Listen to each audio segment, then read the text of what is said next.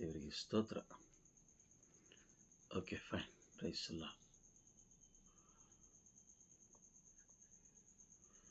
ಮಾರ್ಕನು ಬರೆದ ಶುಭ ಸಂದೇಶ, ಸಂತ ಮಾರ್ಕರ ಶುಭ ಸಂದೇಶ,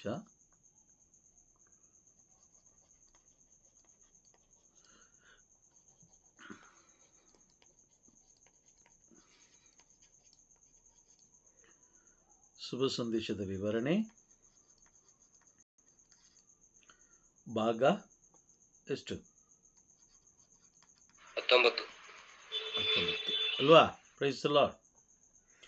ಹೌದು ಬ್ರದರ್.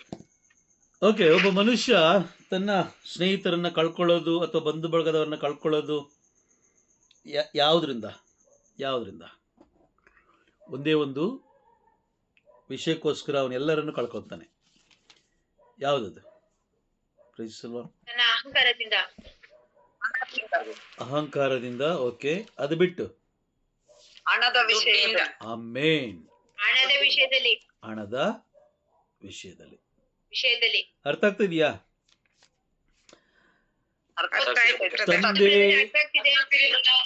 ತಂದೆ ತಾಯಿ ಅಥವಾ ತಂದೆ ತಾಯಿ, ಮಕ್ಕಳು ಅಥವಾ ಅಣ್ಣ ತಮ್ಮ, ಅಕ್ಕ ತಂಗಿ, ಸಂಬಂಧಿಕರು, ಫ್ರೆಂಡ್ಸ್, ಇವರೆಲ್ಲ ಮಿತ್ರರಾಗಿದ್ದವರು ಶತ್ರುಗಳಾಗಿ ಮಾರ್ಪಡಲಿಕ್ಕೆ ಕಾರಣ ಹಣ. ನೋಡಿ, ದೇವರನ್ನು ಕೂಡ ಅದು ಮೋಸಗೊಳಿಸ್ತದೆ. ನಾವು ನೀಡಬೇಕಾದಂಥ ಕಾಣಿಕೆ ಹಣ, ಅದರಲ್ಲೂ ಕೂಡ ನಾವು ಮೋಸ ಮಾಡ್ತಾ ಇದೀವಲ್ವಾ? ಮಾಡ್ತಾ ಇದೀವಿ. ಮಲಾಕಿ ಗ್ರಂಥದಲ್ಲಿ ನೋಡಿ, ಮಲಾಕಿ ಗ್ರಂಥದಲ್ಲಿ 3ನೇ ಅಧ್ಯಾಯ 8ನೇ ವಾಕ್ಯ. ಮಲಾಕಿ ಗ್ರಂಥ 3ನೇ ಅಧ್ಯಾಯ 8ನೇ ವಾಕ್ಯ. ನರಮಾನವನು ದೇವರಿಗೆ ಮೋಸ ಮಾಡಬಹುದು. ನೋಡಿ, ದೇವರು ಕೇಳ್ತಾ ಇದ್ದಾರೆ, ನರಮಾನವ, ದೇವರೇ ಉಂಟು ಮಾಡಿದ ಮನುಷ್ಯ ದೇವರಿಗೆ ಮತ್ತೆ ಮೋಸ ಮಾಡ್ಬೋದಾ? ಒಂದು ಪ್ರಶ್ನೆ ಇಡ್ತಾ ಇದ್ದಾರೆ ದೇವರು. ನಂತರ ಕೇಳ್ತಾ ಇದ್ದಾರೆ, ಆದರೂ ನೀವು ನನಗೆ ಮೋಸ ಮಾಡುತ್ತಿದ್ದೀರಿ. ವಾಕ್ಯ ಇದೆಯಾ? ನಿಮ್ಮ ಕಣ್ಣಿಗೆ ಕಾಣಿಸ್ತಾ ಇದೆಯಾ ವಾಕ್ಯ? Price the lord. ಎಸ್, ದೇವರು ಹೇಳ್ತಾ ಇದ್ದಾರೆ, ನೀವು ನನಗೆ ಮೋಸ ಮಾಡುತ್ತಿದ್ದೀರಿ. ನೀವು ಹೇಗೆ ಮೋಸ ಮಾಡುತ್ತಿದ್ದೀವಿ, ನಿಮಗೆ ಹೇಗೆ ನಾವು ಮೋಸ ಮಾಡುತ್ತಿದ್ದೀವಿ ಎಂದು ನಾವೇನಾದರೂ ಕೇಳಿದ್ರೆ ಅವ್ರು ಹೇಳ್ತಾರೆ, ನೀವು ತೆರಬೇಕಾದ ದಶಮಾಂಶದಲ್ಲೂ ಕೊಡಬೇಕಾದ ಕಾಣಿಕೆಯಲ್ಲೂ ಮೋಸ ಮಾಡುತ್ತಿದ್ದೀರಿ. ಇಲ್ಲಿ ನೋಡಿ, 2 ಪದವನ್ನು ಬಳಸ್ತಾ ಇದ್ದಾರೆ. ಒಂದು ದಶಮಾಂಶ ಅಲ್ವಾ? 10ನೇ ಒಂದು ಭಾಗ. ಕರೆಕ್ಟಾ? ದಶಮಾಂಶ ಅಂದ್ರೆ ಏನು? 10ನೇ ಒಂದು ಭಾಗ. ಅದರಲ್ಲೂ ನೀವು ಮೋಸ ಮಾಡ್ತಾ ಇದ್ರೆ. 2ನೇದು ಕಾಣಿಕೆ. Praise the lord. ಕಾಣಿಕೆ ತುಂಬಾ ಮುಖ್ಯ. ಕಾಣಿಕೆ ಅಂದ್ರೆ ಏನು? ಕಾಣಿಕೆ ಅಂದ್ರೆ ಏನು? ದೇವರು ನೀಡಿದ ಪ್ರತಿಯೊಂದರಲ್ಲೂ ನಾವು ಕಾಣಿಕೆ ಕೊಡಬೇಕು. ನಾವು ಹಣ ಮಾತ್ರ ಅಂತ ನಾವು ಅನ್ಕೊಂಡಿದ್ದೀವಿ. ಇಲ್ಲ, ಏನು ಬೇಡ. ದೇವರು ಕೊನೆಯಲ್ಲಿ ಹೊಸ ಒಡಂಬಡಿಕೆಯಲ್ಲಿ ಕೇಳ್ತಾರೆ, ಹೊಸ ಒಡಂಬಡಿಕೆಯಲ್ಲಿ ಶಿಷ್ಯರ ಬಳಿಗೆ ಬಂದು ಕೇಳ್ತಾರೆ, ನೀವು 1 ಗಂಟೆಯಾದರೂ ಪ್ರಾರ್ಥನೆ ಮಾಡಲಿಕ್ಕೆ, ಪ್ರೈಸ್ ದಿ ಲಾರ್ಡ್, 1 ಗಂಟೆಯಾದರೂ ನೀವು ನನ್ನ ಜೊತೆ ಸೇರಿ ಪ್ರಾರ್ಥನೆ ಮಾಡಲಿಕ್ಕೆ ಆಗೋದಿಲ್ವಾ? 1 ಗಂಟೆಯಾದರೂ ದೇವರಿಗೆ 1 ಗಂಟೆಯಾದರೂ ಕೊಡಲಿಕ್ಕೆ ಆಗೋದಿಲ್ವಾ? ನಮಗೆ ಆಗೋದಿಲ್ವಾ? ಆಗಬೇಕು, ಕೊಡಲೇಬೇಕು. Praise the lord. ನೀವು 1 ಗಂಟೆಯಾದರೂ ನೀವು ಏನು ಮಾಡಬೇಕು? ದೇವರೊಂದಿಗೆ ಮಾತನಾಡಲಿಕ್ಕೆ ನೀವು ಸಮಯ ಕೊಡಲೇಬೇಕು. ಅದು ಪರ್ಟಿಕ್ಯುಲರ್ ಆಗಿ ಆ 1 ಗಂಟೆಯ ಸಮಯ ದೇವರೊಂದಿಗೆ ಮಾತ್ರ ಇರಬೇಕು, ಬೇರೆದಕ್ಕಲ್ಲ. ಲೋಕದ ಯಾವುದೇ ಪ್ರಾರ್ಥನೆಯಿಂದ ಏನು ಮಾಡೋಕ್ಕಾಗಲ್ಲ? Praise the lord. ದೇವರೊಂದಿಗೆ ಮಾತನಾಡಲಿಕ್ಕೆ ಸಾಧ್ಯ ಇಲ್ಲ ಅಲ್ವಾ? ದೇವರೊಂದಿಗೆ ಮಾತನಾಡಲಿಕ್ಕೆ ಸಾಧ್ಯ ಇಲ್ಲ. ನೋಡಿ, ಮತ್ತಾಯನ ಬರೆದ ಶುಭ ಸಂದೇಶ 26ನೇ ಅಧ್ಯಾಯದಲ್ಲಿ 26ನೇ ಅಧ್ಯಾಯ ವಾಕ್ಯ 36ರಿಂದ ತಗೊಳ್ಳೋಣ. 36ರಿಂದ 41 ತನಕ. 36ರಿಂದ 41 ತನಕ ಓದಿ. ಅನಂತರ ಯೇಸು ಸ್ವಾಮಿ ಅವರೊಡನೆ ಗೆತ್ಸೆಮನೆ ಎಂಬ ತೋಪಿಗೆ ಬಂದರು. ಅಲ್ಲಿ ಶಿಷ್ಯರಿಗೆ, ನಾನು ಅತ್ತ ಹೋಗಿ ಪ್ರಾರ್ಥನೆ ಮಾಡಿ ಬರುವವರೆಗೂ ನೀವು ಇಲ್ಲೇ ಕುಳಿತಿರಿ ಎಂದರು. ಬಳಿಕ ಪೇತ್ರನನ್ನು ಜೆಬೆದಾಯನ 2 ಕುಮಾರರನ್ನು ತಮ್ಮೊಂದಿಗೆ ಕರೆದುಕೊಂಡು ಮುಂದಕ್ಕೆ ಹೋದರು. ಅಲ್ಲಿ ಸ್ವಾಮಿ ಚಿಂತಾಕ್ರಾಂತರಾದರು, ದುಃಖಭರಿತರಾದರು. ನನ್ನ ಮನೋವೇದನೆ ಪ್ರಾಣ ಹಿಂಡುವಷ್ಟು ತೀವ್ರವಾಗಿದೆ. ನೀವು ಇಲ್ಲೇ ಇದ್ದು ನನ್ನೊಡನೆ ಎಚ್ಚರವಾಗಿರಿ ಎಂದರು. ಅನಂತರ ಅವರು ಅಲ್ಲಿಂದ ಇನ್ನೂ ಸ್ವಲ್ಪ ಮುಂದಕ್ಕೆ ಹೋಗಿ ನೆಲದ ಮೇಲೆ ಅಧೋಮುಖವಾಗಿ ಬಿದ್ದು ಪ್ರಾರ್ಥನೆ ಮಾಡಿದರು. ನನ್ನ ಪಿತನೇ, ಸಾಧ್ಯವಾದರೆ ಈ ಕಷ್ಟದ ಕೊಡವು ನನ್ನಿಂದ ದೂರವಾಗಲಿ. ಆದರೂ ನನ್ನ ಚಿತ್ತದಂತೆ ಅಲ್ಲ, ನಿಮ್ಮ ಚಿತ್ತದಂತೆಯೇ ಆಗಲಿ ಎಂದರು. 41. ಅನಂತರ ಆ 3 ಶಿಷ್ಯರ ಬಳಿಗೆ ಬಂದು ಅವರು ನಿದ್ರಿಸುತ್ತಿರುವುದನ್ನು ಕಂಡರು. ಪೇತ್ರನನ್ನು ಉದ್ದೇಶಿಸಿ, ಏನಿದು, 1 ಗಂಟೆಯಾದರೂ ನನ್ನೊಡನೆ ಎಚ್ಚರವಾಗಿರಲು ನಿಮ್ಮಿಂದ ಆಗದೆ ಹೋಯಿತೆ? ಪ್ರಲೋಭನೆಗೆ ಒಳಗಾಗದಂತೆ ಎಚ್ಚರವಾಗಿದ್ದು ಪ್ರಾರ್ಥನೆ ಮಾಡಿರಿ.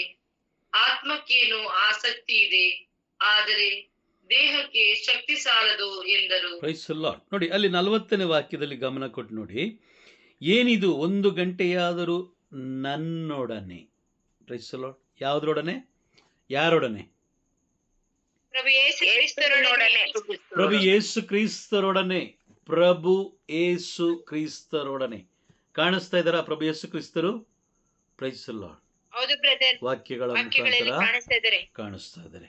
ಪ್ರಭು ಯೇಸು ಕ್ರಿಸ್ತರು ಹೇಳ್ತಾರೆ, ನೀವು 1 ಗಂಟೆಯಾದರೂ ನನ್ನೊಡನೆ ಎಚ್ಚರವಾಗಿರಲು ನಿಮ್ಮಿಂದ ಆಗದ ಹೋಯಿತೆ. Price the lord. ಲೋಕದಲ್ಲಿ ನೀವು ಎಷ್ಟೊತ್ತು ಏನು ಬೇಕಾದರೂ ಮಾಡ್ಕೊಳ್ಳಿ, ಮಣಿಗಳನ್ನು ಓಡಿಸಿ, ಏನು ಬೇಕಾದರೂ ಮಾಡ್ಕೊಳ್ಳಿ, ಯಾವ ರೀತಿ ಬೇಕಾದರೂ ಮಾಡ್ಕೊಳ್ಳಿ, ಆದರೆ 1 ಗಂಟೆಯಾದರೂ ನೀವು ನನ್ನೊಡನೆ. ಇದು ಕಾಣಿಕೆ. ದೇವರು ನೀಡಿದ 24 ಗಂಟೆಗಳಲ್ಲಿ 10ನೇ 1 ಭಾಗ ಅಂತ ಹೇಳಿದ್ರೆ ಸರಿಸುಮಾರು 2 ಗಂಟೆ 24 ನಿಮಿಷಗಳು ನಾವು ದೇವರೊಂದಿಗೆ ಇರಬೇಕು. ಯಾರೊಂದಿಗೆ? ದೇವರೊಂದಿಗೆ. ಆಮೇಲೆ ಅರ್ಥ ಆಗ್ತಾ ಇದೆಯಾ?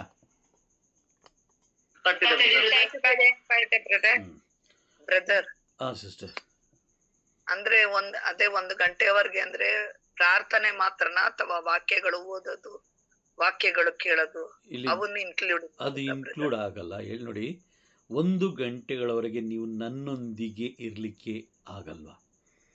ಅಂದರೆ ನೀವು ವಾಕ್ಯಗಳನ್ನು ಆಲಿಸೋದಿರ್ಬೋದು, ಧ್ಯಾನಿಸೋದಿರ್ಬೋದು, ಓದೋದಿರ್ಬೋದು. ವಾಕ್ಯಗಳು, ದೇವರು, ಪ್ರಭು ಯೇಸು ಕ್ರಿಸ್ತರಂದ್ರೆ ವಾಕ್ಯ ಅಲ್ವಾ? Praise the lord. ನೀವು ಒಳ್ಳೊಳ್ಳೆಯ ಒಳ್ಳೊಳ್ಳೆಯ ಸಂದೇಶಗಳನ್ನು ನೀವು ಕೇಳ್ಬೋದು. ದೊಡ್ಡ ಬೋಧಕರೇ ಅಂತಲ್ಲ, ಸಾಮಾನ್ಯ ಮನುಷ್ಯರು ಕೂಡ ಒಳ್ಳೆಯ ಸಂದೇಶವನ್ನು ಕೊಡ್ತಾರೆ. ಪವಿತ್ರಾತ್ಮರು ಅವರ ಮುಖಾಂತರನು ಕೂಡ ಒಳ್ಳೆಯ ಸಂದೇಶ ಕೊಡ್ತಾರೆ. ನಾವು ಅಂದ್ಕೊಳ್ತೀವಿ, ಅಯ್ಯೋ ದೊಡ್ಡ ಬೋಧಕರ ಒಂದು ಬೋಧನೆ ಕೇಳಿದ್ರೇ ಅದು ಆಶೀರ್ವಾದವಾಗಿರುತ್ತೆ ಅಂತ ನಾವು ಅಂದ್ಕೊಳ್ತೀವಿ. ಖಂಡಿತವಾಗ್ಲೂ ಇಲ್ಲ. ಮೂರ್ಖರೊಂದಿಗೂ ಕೂಡ ಪವಿತ್ರಾತ್ಮರು ಮೂರ್ಖರ ಮುಖಾಂತರನು ಕೂಡ ಸಂದೇಶ ಕೊಡಲಿಕ್ಕೆ ಅವರು ಶಕ್ತರಾಗಿದ್ದಾರೆ. ಆಮೇಲೆ ಆದರೆ ಅದನ್ನು ನಾವು ಏನು ಮಾಡಬೇಕು? ಬಹಳ ಗಂಭೀರವಾಗಿ ನಾವು ಆಲಿಸೋದಿರ್ಬೋದು ಅಥವಾ ಧ್ಯಾನಿಸೋದಿರ್ಬೋದು, ಅದನ್ನು ಅರ್ಥೈಸ್ಕೊಳ್ಳೋದಿರ್ಬೋದು. ಈ ರೀತಿಯಾಗಿ 1 ಗಂಟೆಯಾದರೂ, ಅಲ್ಲಿ ಕೊನೆಯ ಪಕ್ಷ 1 ಗಂಟೆಯಾದರೂ ಇರಬಾರ್ದ ನೀನು? ಕರೆಕ್ಟಾಗಿ ಇರಬೇಕಾಗಿರೋದು 2 ಗಂಟೆ 24 ನಿಮಿಷ. ಓಕೆ, ಎಲ್ಲೋ ಒಂದು ದಿನ ಮಿಸ್ ಆಯಿತು, ಆದರೆ ನೀನು ಕೊಡಬೇಕಾದ ಕಾಣಿಕೆಯನ್ನು ನೀನು ಕೊಟ್ಟು ನೋಡು, ಅದೊಂದು ದೊಡ್ಡ ಆಶೀರ್ವಾದವಾಗಿರುತ್ತೆ. ಆಮೇನ್. Praise the lord. ಈ ದಿನಗಳಲ್ಲಿ ಕುಟುಂಬಗಳು ಏನಾಗ್ತದೆ ಗೊತ್ತಾ, ಟಿವಿ ಸೀರಿಯಲ್ಗಳು ಹಾಕೊಂಡು ನೋಡ್ತಾರೆ, 2 ಅವರ್ 3 ಅವರ್ ನೋಡ್ತಾರೆ. ಆದರೆ ಪ್ರಾರ್ಥನೆ ಮಾಡಲಿಕ್ಕೆ ಅವ್ರ ಕೈಲಿ ಆಗಲ್ಲ. ಒಂದು ಜಪಸ್ಸರ ಮಾಡಿ ಸುಮ್ಮನಾಗ್ತಾರೆ. ಜಪಸ್ಸರ ಮಾಡಲಿಕ್ಕೆ ಸಾಮಾನ್ಯವಾಗಿ ಎಷ್ಟೊತ್ತು ಬೇಕಾಗ್ಬೋದು? 15ರಿಂದ 20 ನಿಮಿಷ. ಅದು 15 ನಿಮಿಷ ಬ್ರದರ್. ಈಗೆಲ್ಲ 5G ಸ್ಪೀಡಲ್ಲಿ ಹೋಗ್ತಾ ಇದಾರಲ್ವಾ, ಎಲ್ಲ 5G ಸ್ಪೀಡು. ಏನು ನಮ್ಮ ಅಲ್ವಾ, ಆ ಕಡೆ ನೋಡ್ತಾರೆ, ಈ ಕಡೆ ನೋಡ್ತಾರೆ. ಆದರೆ ದೇವ್ರು ಹೇಳ್ತಾರೆ, ನನ್ನೊಡನೆ ನೀನು ಎಚ್ಚರವಾಗಿ ಇರಲಿಕ್ಕೆ ಸಾಧ್ಯವಿಲ್ವಾ?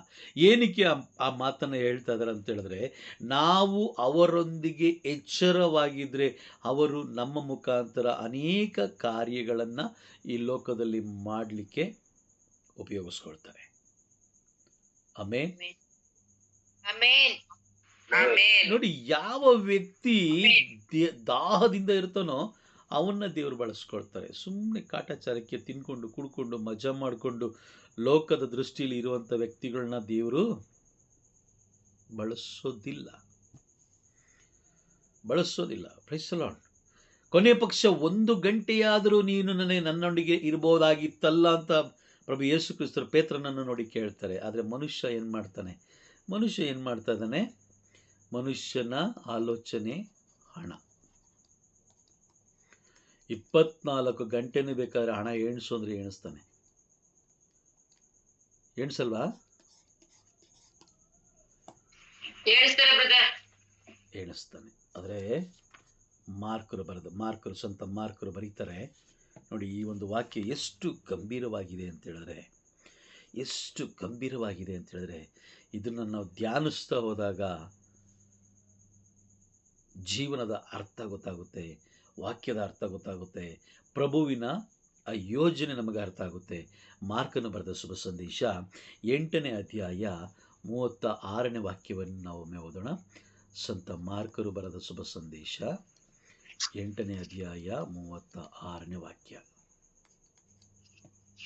ಒಬ್ಬನು ಪ್ರಪಂಚವನ್ನೆಲ್ಲ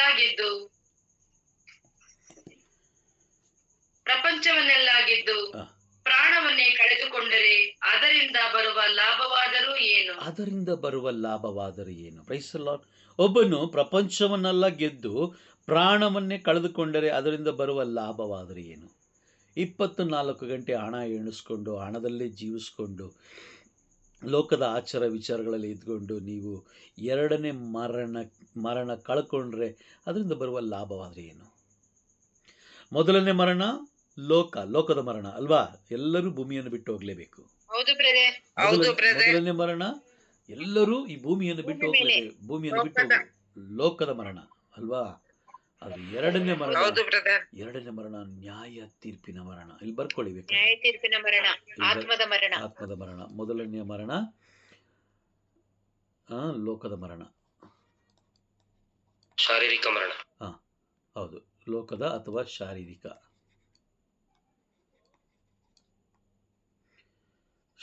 ಮರಣ. 2ನೇ ಮರಣ ನ್ಯಾಯ ತೀರ್ಪಿನ ಮರಣ.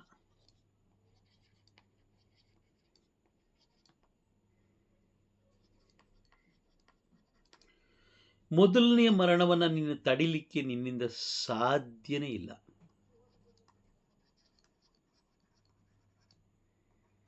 ತಡೆಯಲು ಸಾಧ್ಯವೇ ಇಲ್ಲ. Praise the lord. ಅರ್ಥ ಆಗ್ತಾ ಇದೆಯಾ? ತಡೆಯಲು ಸಾಧ್ಯವೇ ಇಲ್ಲ. ಮೊದಲನೇ ಶಾರೀರಿಕ ಮರಣ, ನೀನು ಈ ಲೋಕವನ್ನು ಬಿಡಲೇಬೇಕು, ಅದರಲ್ಲಿ ಏನು 2 ಮಾತಿಲ್ಲ. ಅದು 2ನೇ ಮರಣ ನಿನ್ನ ಕೈಯಲ್ಲಿದೆ. ನ್ಯಾಯ ತೀರ್ಪಿನ ಮರಣವನ್ನು ಗೆಲ್ಲೋದು ಬಿಡೋದು ನಿನ್ನ ಕೈಯಲ್ಲಿದೆ. ಹೇಗೆ ಅಂತ ಹೇಳಿದ್ರೆ, ಹೌದು, ನಮ್ಮ ಕೈಯಲ್ಲಿದೆ. Praise the lord. ನಮ್ಮ ಕೈಯಲ್ಲಿದೆ.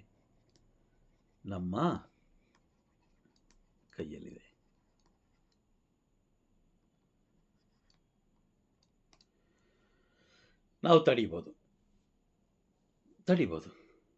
Praise the lord. ಮತ್ತಾಯ 26:40 ಏನು ಹೇಳಿದ್ರು? ನೀವು 1 ಗಂಟೆ ಆದರೂ ನನ್ನೊಡನೆ ಮಾತಾಡೋಕ್ಕೆ ಆಗಲ್ವ? ಪ್ರತಿದಿನ ನಾವು 1 ಗಂಟೆ ಮಾತಾಡ್ತಾ ಹೋದರೆ ಯೋಚನೆ ಮಾಡಿ ಹೆಂಗಿರ್ಬೋದು. ಪರಲೋಕದ ರಹಸ್ಯಗಳನ್ನೆಲ್ಲ ದೇವರು ನಮಗೆ ತಿಳಿಸ್ಕೊಡ್ತಾರೆ. ಆಮೇನ್. ಹೌದಾ? ಆಮೆನ್. ಆಮೆನ್. ಅದಕ್ಕೋಸ್ಕರ ಸಂತ ಮಾರ್ಕರು ಬರೀತಾರೆ, ಈ ಒಬ್ಬ ವ್ಯಕ್ತಿ ಇಡೀ ಪ್ರಪಂಚವನ್ನೆಲ್ಲ ಗೆದ್ದು ತನ್ನ ಪ್ರಾಣವನ್ನು ಕಳೆದುಕೊಂಡರೆ ಅದರಿಂದ ಬರುವ ಲಾಭವಾದರೆ ಏನು? ಈಗ ಉದಾಹರಣೆಗೆ ನಮ್ಮ ಬಿಷಪ್ ತಗೊಳ್ಳೋಣ. ಬಿಷಪ್ ಇರ್ಬೋದು, ಪೋಪ್ ಇರ್ಬೋದು, ಯಾಜಕರಿರ್ಬೋದು, ಬೋಧಕರಿರ್ಬೋದು, ಇವರೆಲ್ಲ ಅಭಿಷಿಕ್ತರು ಅಂತ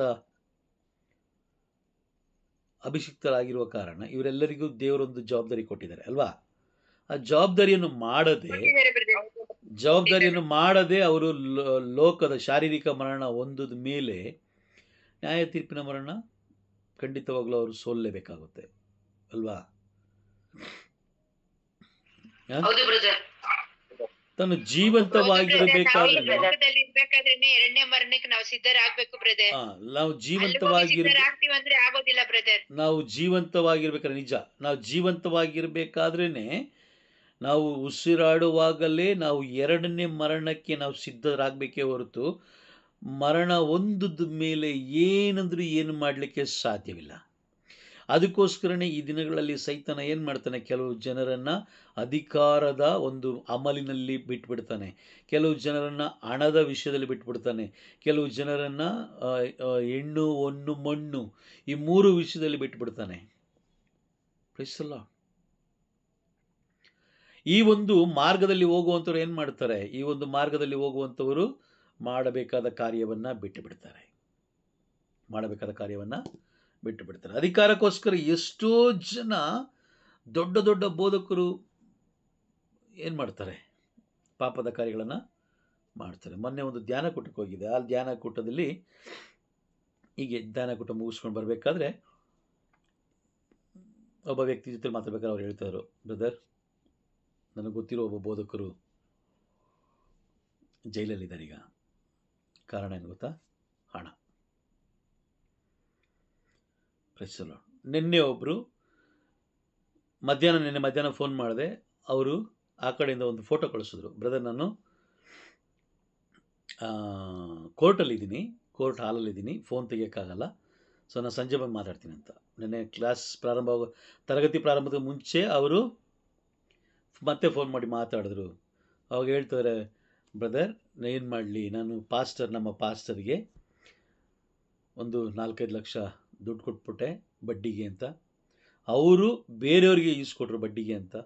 ಈಗ ಎಲ್ಲ ತಿಂದ್ಕೊಂಡು ಲಾಸ್ಟ್ಗೆ ಏನೂ ಇಲ್ಲ, ನಾನು ಈಸ್ಕೊಂಡೇ ಇಲ್ಲ ಅಂತ ಸುಳ್ಳು ಹೇಳ್ತಾ ಇದ್ದಾರೆ ಗಂಡ ಹೆಂಡತಿ ಇಬ್ರು. ನೋಡಿ, ಪಾಸ್ಟರ್ಸ್ಗಳು ನಾನು ಈಸ್ಕೊಂಡಿಲ್ಲ ಅಂತ ದುಡ್ಡು ಹೇಳ್ತಾರೆ. ಬಟ್ ಆದರೆ ನನ್ನ ಒಂದು ಅದೃಷ್ಟ ಏನಂತಂದರೆ, ನಾನು ಬ್ಯಾಂಕ್ ಟು ಬ್ಯಾಂಕ್ ಟ್ರಾನ್ಸಾಕ್ಷನ್ ಮಾಡಿದ್ದೀನಿ. ಅದು ಒಂದರಿಂದ ಅವನು ಸೇಫ್ ಆದ. ಅರ್ಥ ಆಗ್ತಾ ಇದೆಯಾ? ಈಗ ನೀವು ಎಷ್ಟೇ ಬೋಧನೆ ಮಾಡಿದ್ರೇನು, ಏನು ಮಾಡಿದ್ರೇನು, ನೀವು ಈ ರೀತಿಯಾಗಿ ಹಣಕ್ಕಾಗಿ ಪಾಪದ ಕಾರ್ಯಗಳನ್ನು ನೀವು ಮಾಡ್ತಾ ಹೋದರೆ, ಅಧಿಕಾರಕ್ಕಾಗಿ ಪಾಪದ ಕಾರ್ಯಗಳನ್ನು ಮಾಡ್ತಾ ಹೋದರೆ, ಆನಂದಕ್ಕಾಗಿ ಸಂತೋಷಕ್ಕಾಗಿ ಪಾಪದ ಕಾರ್ಯಗಳನ್ನು ಮಾಡ್ತಾ ಹೋದರೆ ಅದರಿಂದ ಬರುವ ಲಾಭವಾದರೆ ಏನು? ಈ ವಾಕ್ಯ ಮಾರ್ಕನು ಬರೆದ ಶುಭ ಸಂದೇಶ 8ನೇ ಅಧ್ಯಾಯ 36ನೇ ವಾಕ್ಯ ಹಳೆ ಒಡಂಬಡಿಕೆಯಲ್ಲಿ ಇದೆಯಾ ಅಂತ ಹೇಳಿದ್ರೆ ಖಂಡಿತವಾಗ್ಲೂ ಇದೆ. ಕೀರ್ತನೆಗಳ ಗ್ರಂಥ, ಕೀರ್ತನೆ 49ನೇ ಅಧ್ಯಾಯ 17ನೇ ವಾಕ್ಯ ಅಂದ್ಕೊಳ್ತೀನಿ, ಮೋಸ್ಟ್ ಪ್ರಾಬಬ್ಲಿ. ನೋಡಿ, ಆ ವಾಕ್ಯ ಓದಿ. ಕೀರ್ತನೆ 49:17 ಓದ್ತೀರಾ? ಸಾಯುವಾಗ ಏನನ್ನು ಕೊಂಡು ಹೋಗುವುದಿಲ್ಲ, ಘನತೆ ಅವನ ಬೆನ್ನು ಹತ್ತಿ ಹೋಗುವಂತಿಲ್ಲ. ಮತ್ತೊಮ್ಮೆ ಓದಿ ಸಿಸ್ಟರ್. ಸಿರಿ ಬಂದಾಗ ಕೊರತೆ ಇರದು ಹೊಗಳಿಕೆಗೆ, ಆತ್ಮಸ್ತುತಿ ಮುಖಸ್ತುತಿ ಇವುಗಳ ಮೆರೆತಕ್ಕೆ.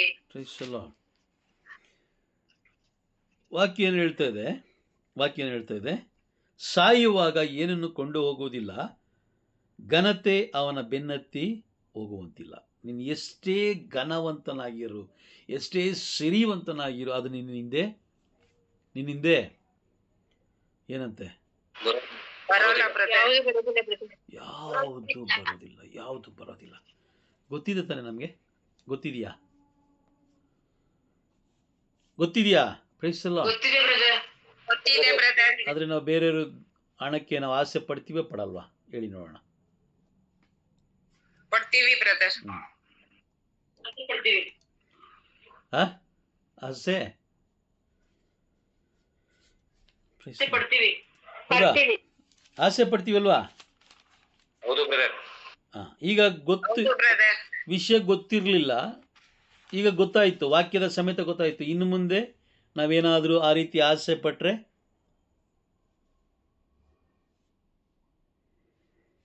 ಏನಾಗುತ್ತೆ? ಶಿಕ್ಷೆ ಅಲ್ವಾ? ಶಿಕ್ಷೆ ತಪ್ಪಿದಲ್ಲ. ಓಕೆ, ಕೀರ್ತನೆಗಳ ಗ್ರಂಥ ಇನ್ನೊಂದು ವಾಕ್ಯ ಓದೋಣ. ಕೀರ್ತನೆಗಳ ಗ್ರಂಥ ಅದೇ ಅಧ್ಯಾಯದಲ್ಲಿ 49ನೇ ಅಧ್ಯಾಯ 11ನೇ ವಾಕ್ಯವನ್ನು ಓದಿ. 49ನೇ ಅಧ್ಯಾಯ 11ನೇ ವಾಕ್ಯ. ತಮ್ಮ ಹೆಸರಲ್ಲೆಷ್ಟೋ ಸೊತ್ತಿದ್ದರು, ಸಮಾಧಿಯೇ ಅವರಿಗೆ ಶಾಶ್ವತ ಮಂದಿರವು, ಅದು ಅದುವೇ ಅವರಿಗೆ ನಿತ್ಯ ನಿವಾಸವು. Price the lord. ತಮ್ಮ ಹೆಸರಲ್ಲಿ ಎಷ್ಟೇ ಸೊತ್ತಿದ್ದರು ಏನಂತೆ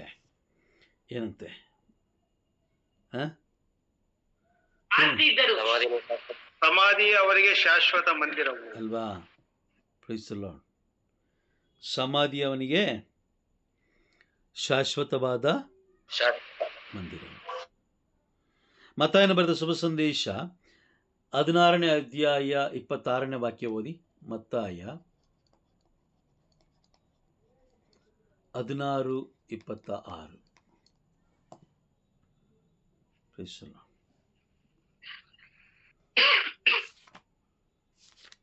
ಓದ್ತೀರಾ? ಪ್ರಪಂಚವನ್ನೆಲ್ಲ ಗೆದ್ದುಕೊಂಡರು, ಒಬ್ಬನು ತನ್ನ ಪ್ರಾಣವನ್ನೇ ಕಳೆದುಕೊಂಡರೆ ಅದರಿಂದ ಅವನಿಗೆ ದೊರಕುವ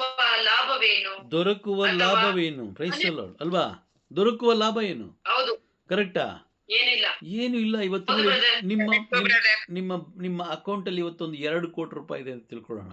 2 ಕೋಟಿ ರೂಪಾಯಿ ಇದೆ. ರಾತ್ರಿನೇ ನಿಮ್ಮ ಮರಣ. ಏನು ಮಾಡ್ತೀರಾ ಹೇಳಿ ನೋಡೋಣ? ಏನು ಮಾಡ್ಬೋದು ನೀವು ಹೇಳಿ ನೋಡೋಣ? ಏನು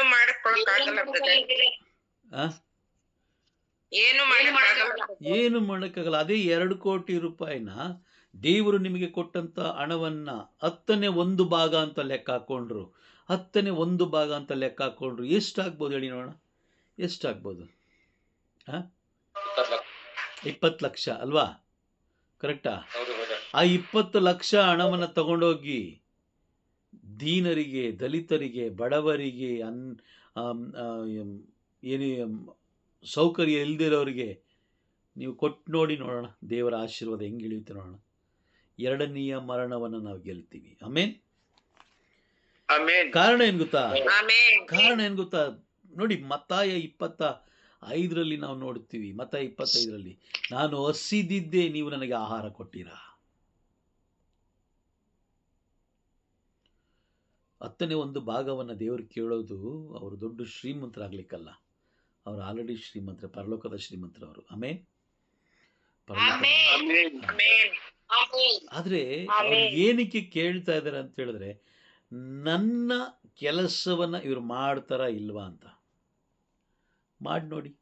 ನೀವು ಪ್ರಾರ್ಥನೆ ಕೂತ್ಕೊಂಡಾಗ್ಲೇ ಎಷ್ಟೋ ಆಶೀರ್ವಾದಗಳನ್ನು ನಾವು ಪಡ್ಕೊಳ್ತೀವಿ. ಹೌದಾ? ಎಷ್ಟೋ ಆಶೀರ್ವಾದ, ಸಮಾಧಾನ, ನೆಮ್ಮದಿ, ಎಲ್ಲ ಆರೋಗ್ಯ ಎಲ್ಲ ಇದೆ.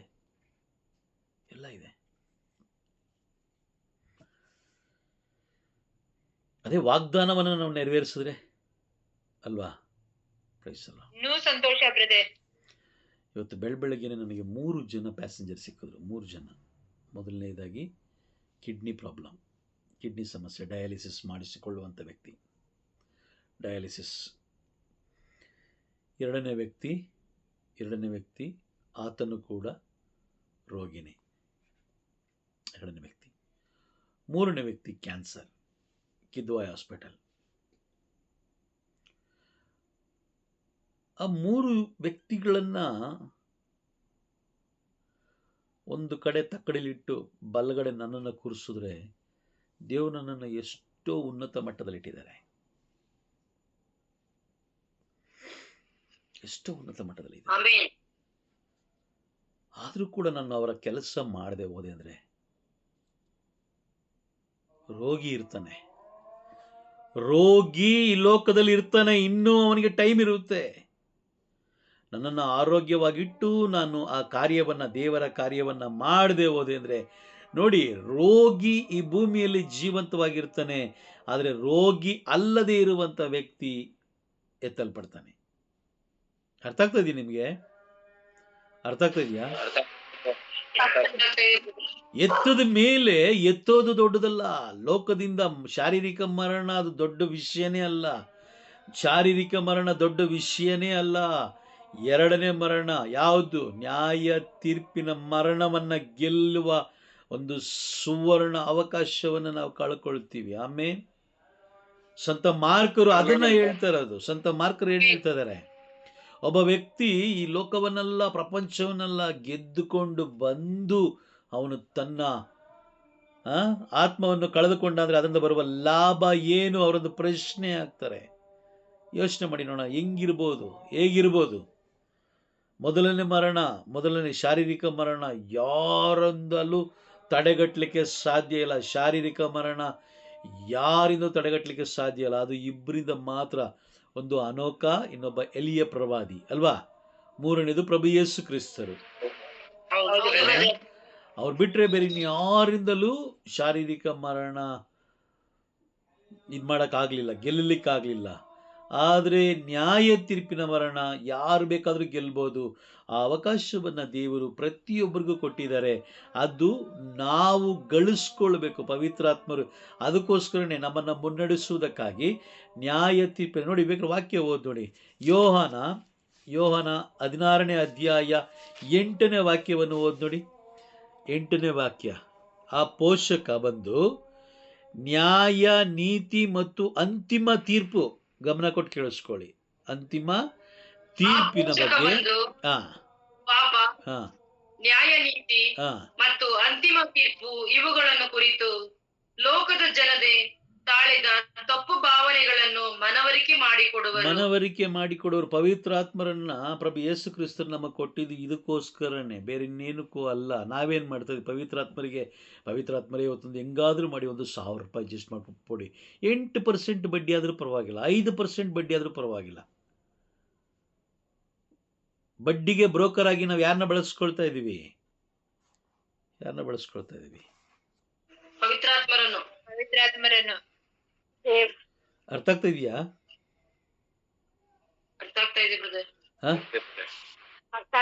ಅಪ್ಪ ಅವನು 10,000 ಕೊಡಬೇಕು, ಬಡ್ಡಿ ಕಾಸು 10,000 ಕೊಡಬೇಕು, ಅಥವಾ ಬೇರೆ ಯಾವುದೋ ಒಂದು ಏನೋ ಒಂದು ಪಾಪದ ಹಣ ಕೊಡಬೇಕು. ಪವಿತ್ರಾತ್ಮರೇ ಅದನ್ನು ನೀವು ಈಸ್ಕೊಟ್ಬಿಡಿ, ಹೇಗಾದರೂ ಮಾಡಿ ಈಸ್ಕೊಟ್ಬಿಡಿ, ನಾನು ನಿಮ್ಗೆ ಏನು ಮಾಡ್ತೀನಿ, ಒಂದು 50 ರೂಪಾಯಿ ಕ್ಯಾಂಡಲ್ ಹಚ್ತೀನಿ ಅಲ್ವಾ? 10,000ಕ್ಕೆ 50 ರೂಪಾಯಿ ಕ್ಯಾಂಡಲ್. ಪಾಪದ ಹಣವನ್ನು ಬಿಡಿಸ್ಕೊಡ್ಲಿಕ್ಕೆ ಯಾರು ಬರಬೇಕು? ಯಾರನ್ನ ನಾವು ಕರೀತಾ ಇದ್ದೀವಿ? ಪವಿತ್ರಾತ್ಮರನ್ನ ಪ್ರಭು ಯೇಸು ಕ್ರಿಸ್ತ ನಮಗೆ ಏನಕ್ಕೋಸ್ಕರ ಕೊಟ್ಟರು? ಕಾರಣ ಮೂಡಿಸಲು, ಅಂತಿಮ ತೀರ್ಪು ಬಗ್ಗೆ ತಿಳಿಸಿಕೊಡಲು, ನ್ಯಾಯ ತೀರ್ಪನ್ನ ಗೆಲ್ಲೋದಕ್ಕೋಸ್ಕರ ಇವರು ನಮ್ಮನ್ನ ಸಿದ್ಧತೆ ಮಾಡಲಿಕ್ಕೆ. ಯಾರಾದರೂ ಪ್ರಾರ್ಥನೆ ಮಾಡ್ತಾರ? ಪವಿತ್ರಾತ್ಮರೇ ನಮ್ಮನ್ನ ನ್ಯಾಯ ತೀರ್ಪಿಗೆ ನಮ್ಮನ್ನು ಸಿದ್ಧತೆ ಮಾಡಿ ಸ್ವಾಮಿ, ನ್ಯಾಯ ತೀರ್ಪಿಗೆ ನಮ್ಮನ್ನು ಬಲಪಡಿಸಿರಿ, ನ್ಯಾಯ ತೀರ್ಪಿಗಾಗಿ ನಮ್ಮನ್ನು ಏನು ಮಾಡಿ, ನ್ಯಾಯ ತೀರ್ಪನ್ನು ಗೆಲ್ಲಲಿಕ್ಕೆ ನಮಗೆ ತಿಳಿಸ್ಕೊಡಿ ಅಂತ ನಾವೇನೋ ಪ್ರಾರ್ಥನೆ ಮಾಡ್ತೀವಾ? ಇಲ್ಲ. 24 ಗಂಟೆ ಟೈಮ್ ಕೊಡಿ, 24 ಗಂಟೆ ಟೈಮ್ ಕೊಡಿ. ನಮೋ ಮರಿಯ ಸಂತ ಮರಿಯ ಅಲ್ವಾ? ಹೌದು ಬ್ರದರ್.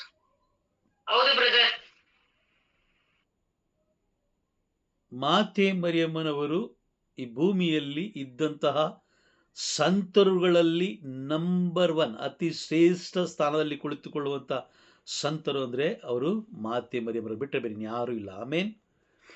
ಬೇರೆ ಯಾರೂ ಇಲ್ಲ. ಹೇಗೆ ಅಂತ ಹೇಳಿದ್ರೆ ನೋಡಿ, ಅವರು ದೇವರ ಯೋಜನೆನ ಅರ್ಥಕೊಂಡ್ರು. ದೇವರು ಏನು ನುಡಿದ್ರು ಅದರಂತೆ ಅವ್ರು ಜೀವಿಸಿದ್ರು. ಅವರಿಗೆ ಯಾವುದೇ ಸ್ವರೂಪಗಳು, ಯಾವುದೇ ರೂಪಗಳು, ವಿಗ್ರಹಾರಾಧನೆಗಳು ಅವ್ರು ಮಾಡಿದಿದ್ರೆ ಅವರು ಪರಿಶುದ್ಧರು ಆಗ್ತಾ ಇರಲಿಲ್ಲ. ಅವ್ರು ಪರಿಶುದ್ಧರು ಆಗದೆ ಹೋಗಿದ್ದಿದ್ರೆ ಪ್ರಭು ಯೇಸು ಕ್ರಿಸ್ತರು ಅವರ ಗರ್ಭದಲ್ಲಿ ಜನಿಸ್ತಾ ಇರಲಿಲ್ಲ. ಅರ್ಥ ಆಗ್ತದೆ ನಿಮಗೆ? ಅರ್ಥ ಆಗ್ತಾ ಇದೆಯಾ? ಎಲ್ಲ ಸಂತರುಗಳು ಚಿನ್ನ ಅಂತ ಹೇಳಿದ್ರೆ ಇವರು ಡೈಮಂಡ್. ಆಮೇನ್. ಡೈಮಂಡ್. ನಾವು ಸುಮ್ಮನೆ ಏನು ಮಾಡ್ತೀವಿ? ತುಂಬ ಜನ ಧ್ಯಾನ ಕೂಟಗಳನ್ನು ನೋಡ್ತೀನಿ, ನೋಡಿದಾಗ ತುಂಬ ಬೇಸರ ಆಗುತ್ತೆ. ಹೆಂಗಸರು ಮಾಡುವಂಥ ಆ ಕೋತಿ ಚೇಷ್ಟೆಗಳು. ಕೈಯಲ್ಲಿ ಜಪ್ಸರ ಇರುತ್ತೆ, ತಲೆ ಮೇಲೆ ಒಂದು ಚೂರು ಬಟ್ಟೆ ಇರಲ್ಲ, ತಲೆ ಮೇಲೆ ಒಂದು ಚೂರು ಬಟ್ಟೆ ಇರಲ್ಲ. ಏನು ಒಂದು ಇವರ ಆಲೋಚನೆ ನಮಗೆ ಗೊತ್ತಿಲ್ಲ. ದೇವರ ಸಮ್ಮುಖಕ್ಕೆ ಬಂದಾಗ ನಾವೇನಾಗಿರ್ಬೇಕು? ಮಾತೆ ಮರೆಬರಂತೆ ಮಾರ್ಪಾಡಾಗ್ಬೇಕು ನಾವು. ಸಂತ ಪೌಲರೇ ಬರೀತಾರೆ. ಇದು ಅವರೇನು ಸುಮ್ಮನೆ ತಮಾಷೆಗೆ ಬರ್ದಿಲ್ಲ. ಸಂತ ಪೌಲರು, ಪ್ರೈಸ್ ದಿ ಲಾರ್ಡ್, ಅವರು ತಮಾಷೆಗೆ ಬರೆದವರಲ್ಲ, ಅಯ್ಯೋ ಇರಲಿ ಬಿಡು ಪರವಾಗಿಲ್ಲ ಬಿಡು ಅಂತ ಬರೆದವರಲ್ಲ. ಆದರೆ ಸಂತ ಪೌಲರು ಹೇಳ್ತಾರೆ, ಯಾವ ಹೆಂಗಸು ತಲೆ ಮೇಲೆ ಬಟ್ಟೆ ಹಾಕದೆ ವಾಕ್ಯಗಳನ್ನು ಕೇಳ್ತಾರೋ ಅವರ ತಲೆಯನ್ನು ನೀವೇನು ಮಾಡಬೇಕು? ಬೋಡಿಸ್ಬೇಕು, ಮುಂಡ ಮಾಡಬೇಕು.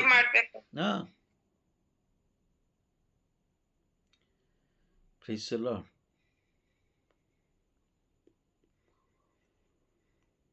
ತಮಾಷೆ ಅಲ್ಲ.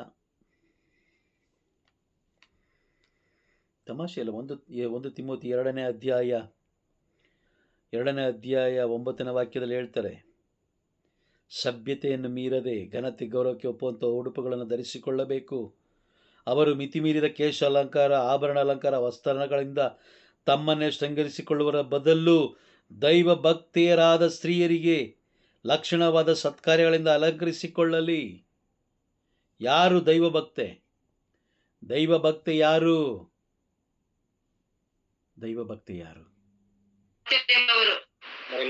ಮಾತೆ ಮರಿಯಮ್ಮನವರು.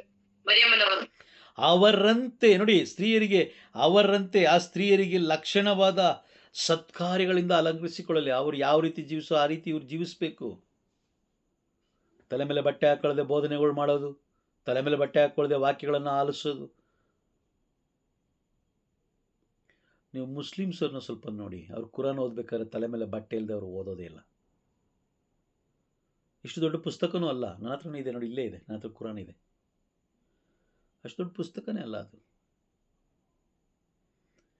ನಾವು ಎಲ್ಲಿ ಬೇಕಾದ್ರೆ ಅಲ್ಲಿ ಬೈಬಲ್ ಇಡ್ತೀವಿ, ಆದರೆ ಕುರಾನ್ ಅವರು ಆ ರೀತಿ ಇಡೋದಿಲ್ಲ. ಅದಕ್ಕೆ ಆದ ಒಂದು ಸಪ್ರೇಟ್ ಜಾಗ ಇಟ್ಟಿರ್ತಾರೆ. ಅದಕ್ಕೆ ಅವರು ಅಷ್ಟು ಆಶೀರ್ವಾದವಾಗಿರೋದು. ಅದಕ್ಕೋಸ್ಕರ ನೋಡಿ, ಅವ್ರು ಏನು ಕೆಲಸ ಮಾಡೋಕ್ಕೂ ಅವ್ರು ಇಂಜಿರಿಯಲ್ಲ, ಮಾಡುವ ಕೆಲಸದಲ್ಲಿ ಅವರು ಜಯವನ್ನು ಪಡ್ಕೊಳ್ತಾರೆ. ಕಾರಣ ವಾಕ್ಯಗಳು. Praise the lord. ಅರ್ಥ ಆಗ್ತಿದ್ಯಾ? ಯಾವಾಗ ನಾವು ದೇವರ ವಾಕ್ಯಕ್ಕೆ ಮಣಿದು ಜೀವಿಸ್ತೀವೋ ಆ ಸಮಯದಲ್ಲಿ ದೇವರು ಅವರನ್ನು ಎತ್ತುತ್ತಾರೆ. ಲೂಕನು ಬರೆದ ಶುಭ ಸಂದೇಶದಲ್ಲಿ ನೋಡಿ, ಪ್ರಭು ಯೇಸು ಕ್ರಿಸ್ತ ಏನು ಹೇಳ್ತಾನೆ ನೋಡೋಣ. ಯೇಸು ಸ್ವಾಮಿ ಒಂದು ಸ್ಥಳದಲ್ಲಿ ವಾಕ್ಯವನ್ನು ಬೋಧಿಸ್ತಾ ಇರ್ತಾರೆ. ಆಗ ಅಲ್ಲಿಗೆ ಬಂದಂಥ ಆ ಗುಂಪಲ್ಲಿದ್ದಂಥ ಒಂದು ಹೆಂಗಸು ಹೇಳ್ತಾರೆ ಪ್ರಭು ಯೇಸು ಕ್ರಿಸ್ತರನ್ನು ನೋಡಿ, ನಿನ್ನನ್ನು ಉದರದಲ್ಲಿ ಹೊತ್ತು ನಿನಗೆ ಮೊಲೆ ಉಡಿಸಿದ ತಾಯಿ ಭಾಗ್ಯವಂತಳು ಎಂದು ಕೂಗಿ ಹೇಳಿದಳು. ನಿನ್ನನ್ನು ಉದರದಲ್ಲಿ ಹೊತ್ತು ನಿನಗೆ ಮೊಲೆ ಉಡಿಸಿದ ತಾಯಿ ಭಾಗ್ಯವಂತಳು. ಯಾರು?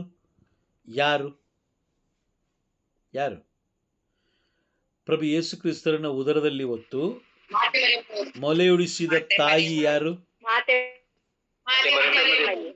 ಮಾತೆ ಮರಿಯಮ್ಮನವರಲ್ವಾ? ಹೌದಾ? ಇದ್ದೀರಾ? ಬೇರೆಯವರು ಇದ್ದೀರಾ? ಮಲಗಿದ್ದೀರಾ? ಆಗ ಯೇಸು ಸ್ವಾಮಿ ಏನು ಹೇಳ್ತಾರೆ ನೋಡಿ ವಾಕ್ಯ ನೋಡಿ, ಲೂಕನು ಬರೆದ ಶುಭ ಸಂದೇಶ 11ನೇ ಅಧ್ಯಾಯ ವಾಕ್ಯ 27 ಹಾಗೂ 28. ಎರಡು ಓದಿ ಬೇಗ, ಎರಡು ಓದಿ.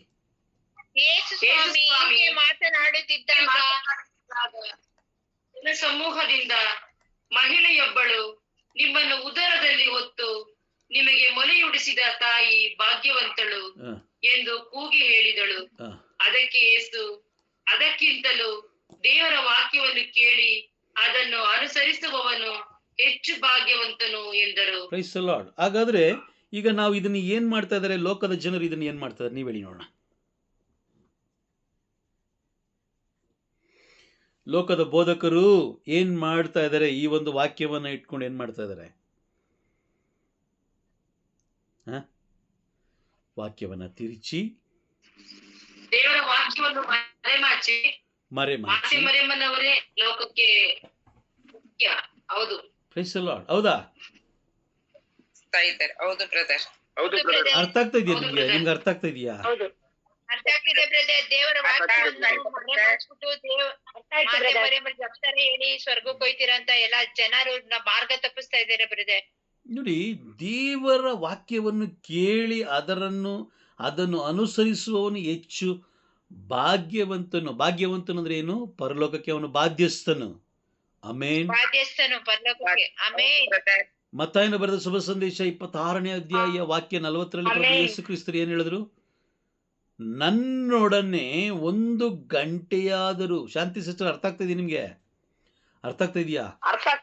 1 ಗಂಟೆಯಾದರೂ ನಿನ್ ಕೈಲಿ ಕುಳಿತುಕೊಳ್ಳಕ್ ಆಗ್ಲಿಲ್ವಲ್ಲ? ಅದೇ ಯೇಸು ಸ್ವಾಮಿ ಯೋಹಾನ 6:63 ಹೇಳ್ತಾರೆ, 6ನೇ ಅಧ್ಯಾಯ 63ನೇ ವಾಕ್ಯದಲ್ಲಿ ಹೇಳ್ತಾರೆ, ನಾನು ನಿಮ್ಮೊಡನೆ ಮಾತನಾಡಿದ ವಾಕ್ಯಗಳಿಂದಲೇ ನಿಮಗೆ ನಿತ್ಯ ಜೀವ.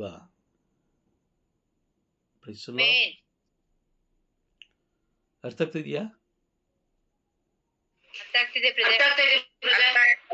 ಈಗ ದೇವರ ರಾಜ್ಯಕ್ಕೆ ತಡೆ ಹಿಡಿದಿದ್ದಾರಾ?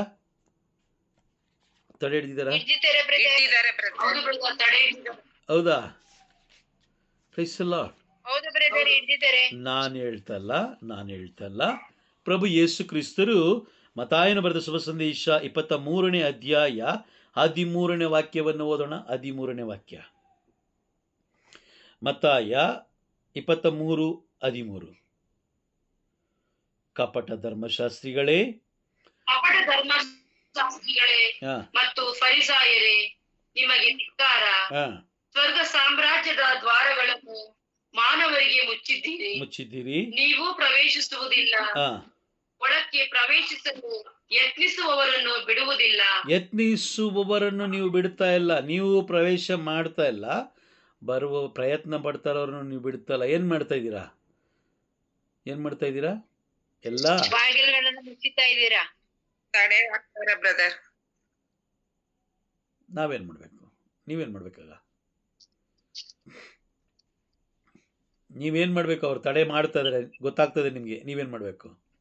ಹೋರಾಟ ಮಾಡ್ಬೇಕು ಅಲ್ವಾ?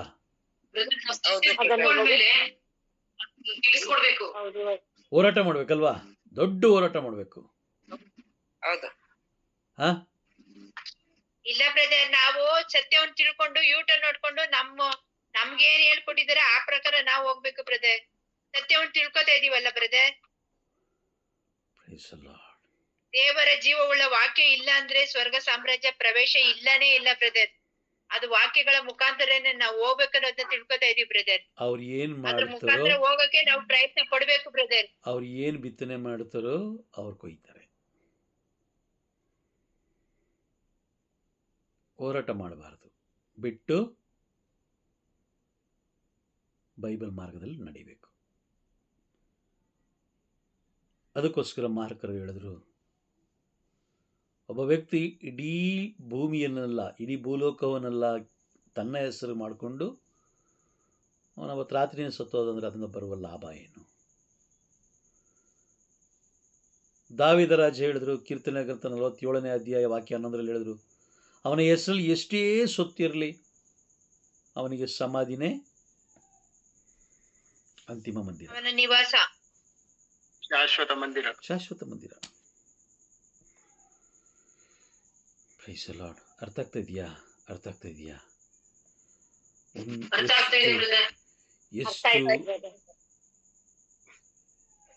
ಎಷ್ಟು ನಿಧಿಯನ್ನು ನೀವು ಶೇಖರಣೆ ಮಾಡಿಡ್ತೀರೋ. ನಿಧಿ ಅಂದ್ರೆ ಏನು? ದೇವರ ಜೀವವುಳ್ಳ ವಾಕ್ಯಗಳು, ಸ್ವರ್ಗ ಸಾಮ್ರಾಜ್ಯದ ವಾಕ್ಯಗಳು, ದೇವರ ಜೀವವುಳ್ಳ ವಾಕ್ಯಗಳು. ಆ ನಿಧಿಯನ್ನು ನೀವು ಶೇಖರಿಸ್ತಾ ನ್ಯಾಯ ತೀರ್ಪನ್ನು ನೀವು ಗೆಲ್ತೀರಾ. ಆಮೇನ್. ನೋಡಿ, ಎಷ್ಟೋ ಜನ ಕ್ಲಾಸಲ್ಲಿ ಕೆಲವು ದಿನ ಬರೋದೇ ಇಲ್ಲ ಅಲ್ವಾ? ಕ್ಲಾಸಿಗೆ ಕೆಲವು ದಿನ ಬರೋದಿಲ್ಲ. ಅವಾಗ ಲಾಸ್ ಯಾರಿಗೆ? ಯಾರು ಬರಲ್ವೋ ಅವ್ರಿಗೆ ಲಾಸು. ಹೌದಾ? ಹೌದು. Praise the lord. ಬಹಳ ಎಚ್ಚರಿಕೆಯಾಗಿರಬೇಕು, ಬಹಳ ಎಚ್ಚರಿಕೆಯಾಗಿರಬೇಕು. ಒಂದೊಂದು ದಿನ ನಮಗೆ ಸಿಗುವಂತಹ ವಾಕ್ಯಗಳು ಏನಿದೆ ಆ ವಾಕ್ಯಗಳನ್ನು ನಾವು ಇಮಿಡಿಯೇಟಾಗಿ ನೋಟ್ಸ್ ಮಾಡ್ಕೊಬೇಕು. ಆ ನೋಟ್ಸ್ ಮಾಡಿಕೊಂಡು ಅದನ್ನು ಮತ್ತೆ ಮತ್ತೆ ಮತ್ತೆ ಧ್ಯಾನ ಮಾಡಿ ಅದರಂತೆಯೇ ಜೀವಿಸಲಿಕ್ಕೆ ನಾವು ಪ್ರಯತ್ನಿಸಬೇಕು. ಸಾಧ್ಯ ಆಗೋದಿಲ್ಲ, ಆದರೆ ಪವಿತ್ರಾತ್ಮರ ಸಹಾಯ ಪಡೆದಾಗ ಖಂಡಿತವಾಗಲೂ ಆಗುತ್ತೆ. ಆಮೇನ್. ಆಮೇನ್. ನಾವು ಏನು ಪ್ರಾರ್ಥನೆ ಮಾಡಬೇಕು? ಪವಿತ್ರಾತ್ಮನೇ ನನಗೆ ಬಡ್ಡಿ ದುಡಿಸ್ಕೊಡಿ, ಪವಿತ್ರಾತ್ಮನ ಮಗುಗೆ ಸ್ಕೂಲ್ಗೆ ಫೀಸ್ ಎಲ್ಲರೂ ಅಡ್ಜಸ್ಟ್ ಮಾಡಿಕೊಡಿ, ಪವಿತ್ರಾತ್ಮರೇ ಇವತ್ತು ನನಗೆ ಮಾಂಸ ತಿನ್ಬೇಕು ಅನ್ನಿಸ್ತಾ ಇದೆ, ಮಾಂಸ ಕೊಡಿಸಿ, ಪವಿತ್ರಾತ್ಮರೇ ನನಗೆ ಒಳ್ಳೆ ಟಿ ಶರ್ಟ್ ಕೊಡಿಸಿ, ಪವಿತ್ರಾತ್ಮರೇ ನನಗೆ ಒಳ್ಳೆ ಅದು ಕೊಡಿಸಿ ಇದು ಕೊಡಿಸಿ ಅಂತ ಹೇಳೋಕ್ಕೋಸ್ಕರ ಪವಿತ್ರಾತ್ಮ ಇಟ್ಕೊಳ್ಬೇಕಾ, ಅಥವಾ ನ್ಯಾಯ ತೀರ್ಪನ್ನು ಗೆಲ್ಲಲಿಕ್ಕೆ ನನಗೆ ಸಹಾಯ ಮಾಡಿ ಅಂತ ಪ್ರಾರ್ಥನೆ ಮಾಡಬೇಕಾ?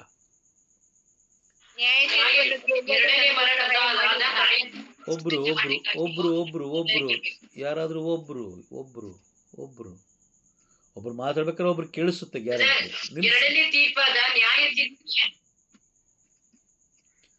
ಯಾವಾಗ್ಲೂ ಹಂಗೆ ಬ್ರದರ್, ನಾವ್ ಹೇಳುವಾಗ ಹೇಳ್ತಾರ. ಒಬ್ರು ಮಾತಾಡ್ಬೇಕಾದ್ರೆ ಇನ್ನೊಬ್ರು ಕೇಳಿಸುತ್ತೆ, ಆಗ ಸ್ಟಾಪ್ ಮಾಡಿ, ಏನು ತೊಂದರೆ ಇಲ್ಲ, ಆಮೇಲೆ ಹೇಳ್ಬೋದು ನೀವು. ಎಸ್, ಪವಿತ್ರಾತ್ಮನ ಯಾವುದಕ್ಕೋಸ್ಕರ ಇಟ್ಕೊಬೇಕು ನಾವು? ಈಗ ನೋಡಿ, ಒಬ್ರು ಹೇಳ್ತಲ್ಲ ಅಲ್ವಾ? ನಾವು ನ್ಯಾಯ ತೀರ್ಪಿಗೆ, ಎರಡನೇ ಮರಣವಾದ ನ್ಯಾಯ ತೀರ್ಪಿಗೆ ನಮ್ಮನ್ನು ಸಿದ್ಧತೆ ಮಾಡ್ಲಿಕ್ಕಾಗಿ ಪವಿತ್ರಾತ್ಮರನ್ನು ನಾವು ಇಟ್ಕೋಬೇಕು. ಓಕೆ, ಸುಗುಣ ಸಿಸ್ಟರ್, ಯಾವುದಕ್ಕೋಸ್ಕರ ಪವಿತ್ರಾತ್ಮರನ್ನು ಇಟ್ಕೊಬೇಕು ನಾವು? ಓಕೆ, ರಾಣಿ ಸಿಸ್ಟರ್, ಏನಕ್ಕೋಸ್ಕರ ಇಟ್ಕೊಬೇಕು? ನ್ಯಾಯ ತೀರ್ಪನ್ನು ಗೆಲ್ಲಲು ನಮ್ಗೆ ಸಹಾಯ ಮಾಡಿ ಪವಿತ್ರಾತ್ಮರೇ ಅಂತ ನಾವು ಅದಕ್ಕೋಸ್ಕರ ಇಟ್ಕೋಬೇಕು ಬ್ರದರ್. ಓಕೆ, ನಮ್ಮನ್ನು ಸಿದ್ಧತೆ ಮಾಡಿ ಅಂತ. ಲೀಮಾ ಸಿಸ್ಟರ್. ಬ್ರದರ್, ನಮ್ಮನ್ನ ಈ ಲೋಕದಲ್ಲಿ ನಾವು ಸರಿಯಾಗಿ ವಾಕ್ಯದ ಮುಖಾಂತರ ನಡೆಯೋದಕ್ಕಾಗಿ ಪವಿತ್ರ ಆತ್ಮರ ಸಹಾಯ ಕೇಳ್ಬೇಕು. ಇಲ್ಲಿ ಸರಿಯಾಗಿದ್ರೇನೆ ನ್ಯಾಯ ತೀರ್ಪಿನ ದಿವಸ ನಾವು ದೇವರ ಮುಂದೆ ನಿಲ್ಲಕ್ ಸಾಧ್ಯ ಬ್ರದರ್. Praise the lord. ಇವತ್ತು ಕ್ಲಾಸ್ ಅರ್ಥ ಆಯ್ತಾ ನಿಮ್ಮೆಲ್ಲರಿಗೂ? ಇವತ್ತು ಕ್ಲಾಸ್ ಅರ್ಥ ಆಯ್ತಾ? ಲೋಕದಲ್ಲಿ ನಾವು ಎಷ್ಟೇ ಹಣ ಮಾಡಿ, ಎಷ್ಟೇ ಐಶ್ವರ್ಯ ಮಾಡಿ, ಏನೇ ಮಾಡಿದ್ರೂ ಅದೇನು ಪ್ರಯೋಜನ ಇಲ್ಲ, ಏನು ಪ್ರಯೋಜನ ಇಲ್ಲ. ಮತ್ತಾಯ 26ನೇ ಅಧ್ಯಾಯ 40ನೇ ವಾಕ್ಯ ಗಮನದಲ್ಲಿಟ್ಕೊಳ್ಳಿ. 1 ಗಂಟೆ ಆದರೂ ನನ್ನೊಡನೆ ನೀನು ಇರಲಿಕ್ಕೆ ಸಾಧ್ಯವಾಗ್ತಾ ಇಲ್ವಾ? ಎಷ್ಟೋ ಜನಕ್ಕೆ ಸಾಧ್ಯವಾಗ್ತಾ ಇಲ್ಲ, ಅವರಿಗಾಗಿ ನೀವು ಪ್ರಾರ್ಥಿಸ್ರಿ. Price the lord. ಅರ್ಥ ಆಯ್ತಾ? ಕ್ಲಾಸ್ ಮುಗಿಸೋಣ.